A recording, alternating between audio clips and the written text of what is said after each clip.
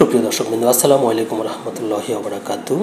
একটি গুরুত্বপূর্ণ খবর, সেটি হচ্ছে যে বাংলাদেশে প্রকৃত মুক্তিযোদ্ধার তালিকা নিয়ে অনেক আগ থেকেই বিতর্ক রয়েছে,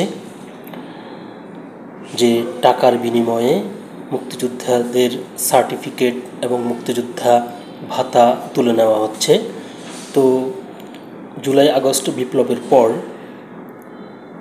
বর্তমান অন্তর্বর্তীকালীন সরকার যারা ভুয়া মুক্তিযোদ্ধা তাদেরকে স্বপ্রণোদিত হয়ে তাদের এই সুযোগ সুবিধা প্রত্যাহারের আবেদন করার জন্য একটি ঘোষণা দেয়।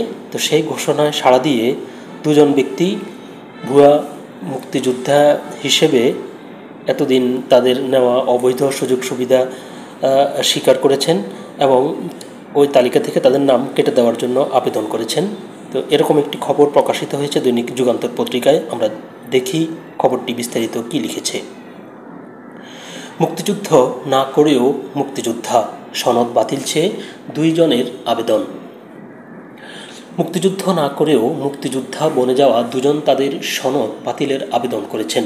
বৃহস্পতিবার দুপুরে সচিবালয়ে মুক্তিযুদ্ধ বিষয়ক মন্ত্রণালয়ের উপদেষ্টা ফারুকী আজম বীর প্রতীকের কাছে এই আবেদন জমা দেন। আবেদনে তারা অনৈতিক কৃতকর্মের জন্য দুঃখ প্রকাশ করে ক্ষমা প্রার্থনা করেছেন। একই সঙ্গে এই সনদ নিতে যারা উৎসাহিত করেছেন তাদের শাস্তি দাবি করেন তারা। মুক্তিযুদ্ধ মন্ত্রণালয়ের সূত্রে জানা গেছে এইসব তথ্য।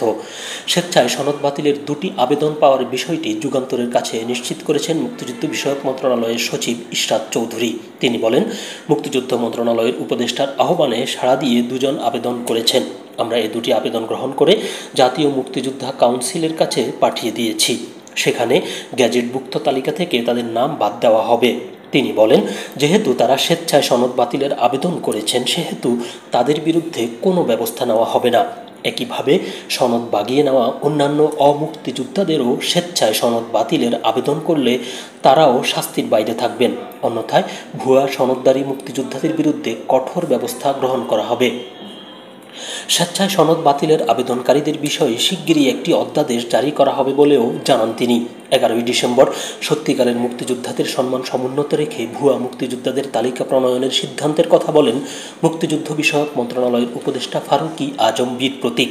এদিন সাংবাদিকদের তিনি বলেন, কারা মুক্তিযুদ্ধ হয়েছেন তারা যেন স্বেচ্ছায় সনদ বাতিল করে চলে যান। যদি যান তাহলে তারা সাধারণ ক্ষমা পাবেন, আর যদি সেটা না হয় প্রতারণার জন্য তাদের অভিযুক্ত করে শাস্তির ব্যবস্থা করব।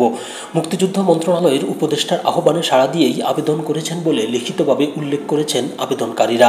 আবেদনকারী দুজনের একজন ভারতের লাল মূর্তি বার্তার তালিকাভুক্ত বলে উল্লেখ করেছেন। তিনি এই লাল মুক্তি বার্তা থেকেও তার নাম বাতিল চেয়েছেন। এদিকে আবেদনকারীদের সামাজিক সুরক্ষা ও ব্যক্তি সম্মান ঠিক রাখতে স্বেচ্ছায় সনদ বাতিলের আবেদনকারীদের নাম ও ঠিকানা প্রকাশ না করার অনুরোধ করেছে মুক্তিযুদ্ধ মন্ত্রণালয়।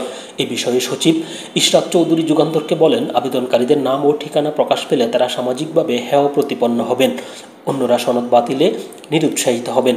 অন্যান্য অমুক্তিযোদ্ধারা যাতে নির্বিঘ্নে আবেদন করতে পারেন সেজন্য কারো নাম প্রকাশ করা হচ্ছে না, ভবিষ্যতেও করা হবে না। জানা গেছে, দুপুরে মুক্তিযুদ্ধ মন্ত্রণালয়ের উপদেষ্টার আরেক দপ্তর দুর্যোগ ব্যবস্থাপনা ও ত্রাণ মন্ত্রণালয়ে গিয়ে তার হাতে আবেদন জমা দেওয়া হয়। এর মধ্যে একজন সরাসরি ও আরেকজন মাধ্যম দিয়ে আবেদন জমা দেন। আবেদনে তারা অমুক্তিযোদ্ধা থেকে কিভাবে মুক্তিযোদ্ধা হলেন তা সংক্ষিপ্ত আকারে তুলে ধরেছেন।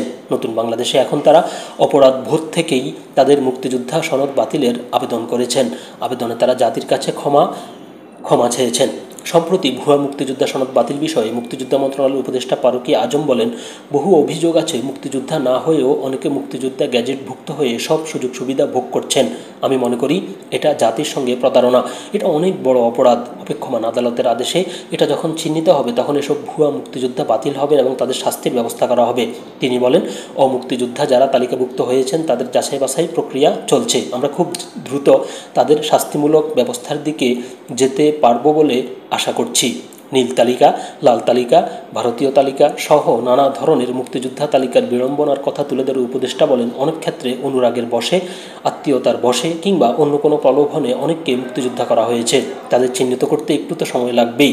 তবে যারা স্বেচ্ছায় তাদের সনদ বাতিল করবেন তাদের বিরুদ্ধে কোনো শাস্তিমূলক ব্যবস্থা গ্রহণ করা হবে না।